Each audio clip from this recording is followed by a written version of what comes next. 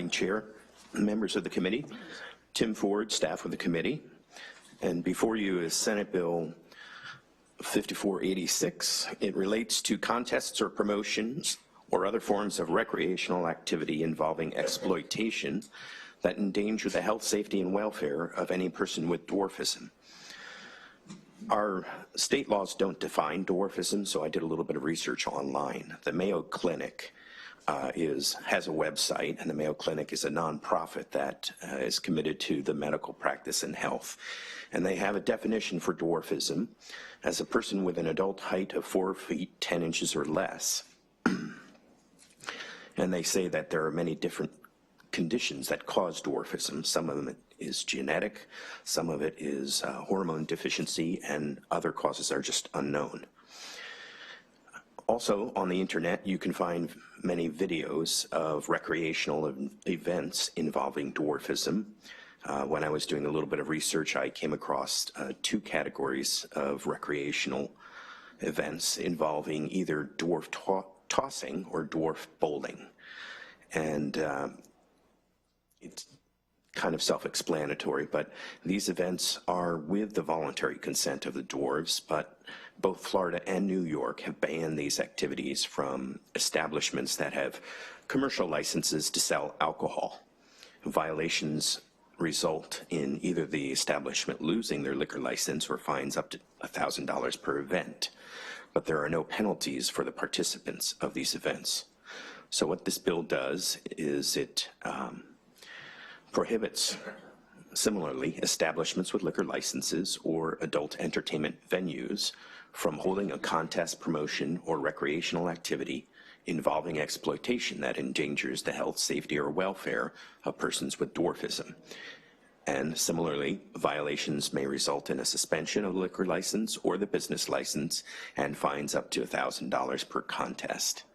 It also defines dwarfism as a condition of being abnormally small, caused by hereditary kidney deficiency or skeletal disease, resulting in an adult height of under 4 feet 10 inches. No fiscal note was requested. All right, do we have any questions for Tim? All right, Senator Patton, would you like to speak to your bill? Yeah, thank you very much, Mr. Chair. And this was not an issue that I thought I'd be dealing with at the beginning of the session, but I did have a call from a constituent who is a medical student, and I think he's going to be testifying from the Spokane Valley, attends UW Medical School, and he's lived in my district for a long time. And apparently he went by in October the Deja Vu adult entertainment place and saw on the reader board dwarf tossing contest, and that concerned him considerably, and so we've had some conversations. I thought about this a lot. There's certainly arguments on both sides, and you know, I do have a kind of a conservative libertarian streak at times, so but looking at this, you know, to me it comes down to basic common decency. And rather than go into anything else, that I would say, I got an email late last night from a mom in my district who has a 10-year-old child who has dwarfism, and I just want to read one part of that, Mr. Chair, if that's all right. Yes, please proceed. I often wonder if my child will ever be given a chance to become an architect or engineer like he dreams of becoming, in a world where people with dwarfism are largely only seen as mythical creators or objects for entertainment. Such stereotypes are perpetrated by these damaging events. The dwarf community at large deserves respect and dignity, just like any other group or people in our society. We would not condone black man tossing, Down syndrome tossing, or lesbian tossing, would we? And I think that kind of sums it up, and I'm anxious to hear the testimony on both sides and go forward, but I think this is a worthy endeavor. All right, thank you. Let's bring up Tiana Harris, Aiden Harris, and Alexander Foos. And actually, let's just bring up Peter Reindorf as well. If we can bring maybe a fourth chair up to the table, that'd be super. All right, welcome. Good morning. Thank you for being here. Please proceed. Thank you very much. My name is Tiana Harris, and I am the chapter president of the Puget Sound chapter of the Little People of America organization, an organization that supports people with dwarfism and their families. I'm proud of that title, but I'm even more proud to be the custodial grandmother of 12-year-old Aiden, an achondroplastic dwarf. Aiden and I are here to testify to you today regarding the activities that exploit people with dwarfism. On February 23, 2017, our great state of Washington took a bold stand when Governor Inslee signed an executive order declaring us a sanctuary state. On that day, Governor Inslee stated, "This executive order makes clear that Washington will not be a willing participant in promoting or carrying out mean-spirited policies that break up families and compromise our national security and community safety." Although that executive order was intended for immigrants, it set the tone for who we want to be as a state, one of inclusion and acceptance of everyone. On October 9th, 2018, Governor Inslee made forward progress in the process by signing a proclamation declaring October as Dwarfism Awareness and Acceptance Month in Washington state. And here we are today, faced with another opportunity for continuum in the advancement of a group of people who are marginalized by society. Dwarfism is the one difference that is still socially acceptable to be made a mockery of. The act of dwarf tossing fuels that notion. Over the past week, there have been thousands of comments on social media stories covering this bill. A vast majority of those comments are derogatory, degrading, and quite simply heartless. Quotes such as "midgets aren't even human" are fueled by the very discussion of this bill. Little people and all marginalized groups deserve to be treated with dignity and experience the community safety that Governor Inslee spoke of in that 2017 speech.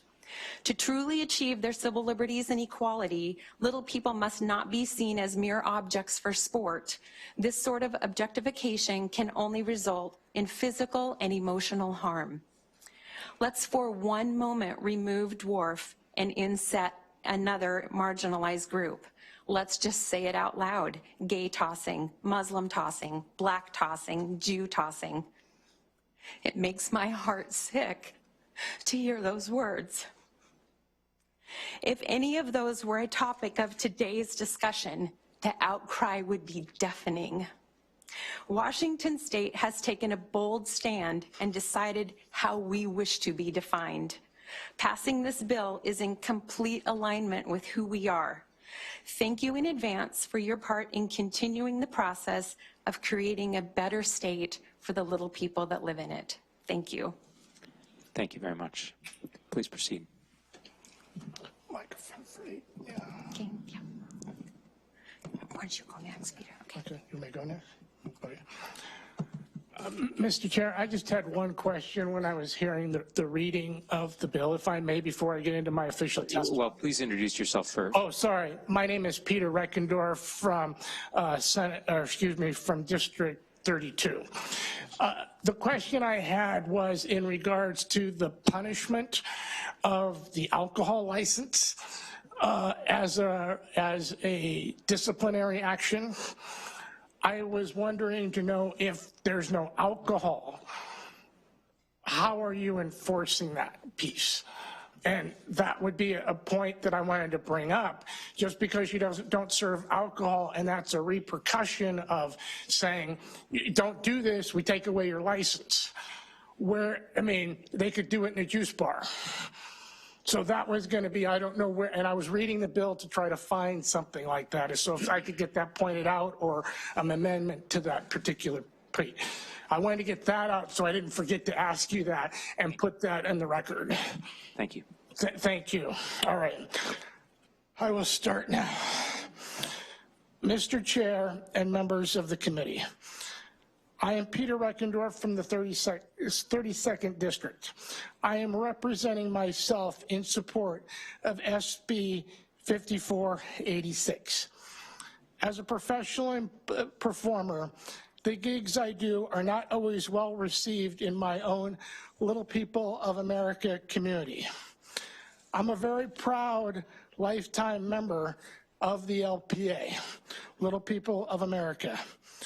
in vetting out potential performance gigs, I asked myself, what would my mother and father think of the gig?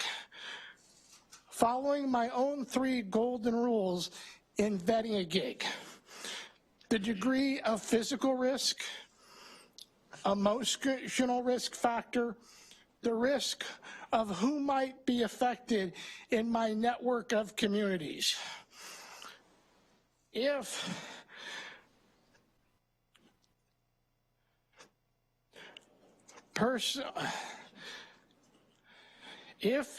in my personal performer checklist strikes out in all 4 categories, I see this as a red line. I am a physical assault survivor and scared for my life. I am also in recovery from emergency back surgery back on September 9th, 2017.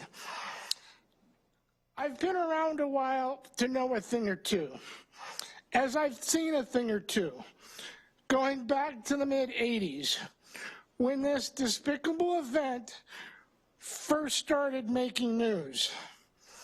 I was appalled then, as I am today. The insulting negativity of my support of SB 5486, as back then as today, is the same. Fear, despise, and hate to my very being as a human. I am so scared to walk the streets of Washington State, unknown what's just around the corner, randomly being picked up without my consent, to being my worst nightmare. Now in fear of my life, literally scared to death of the failure of SB 5486, I pray for its passage. Thank you. Thank you very much.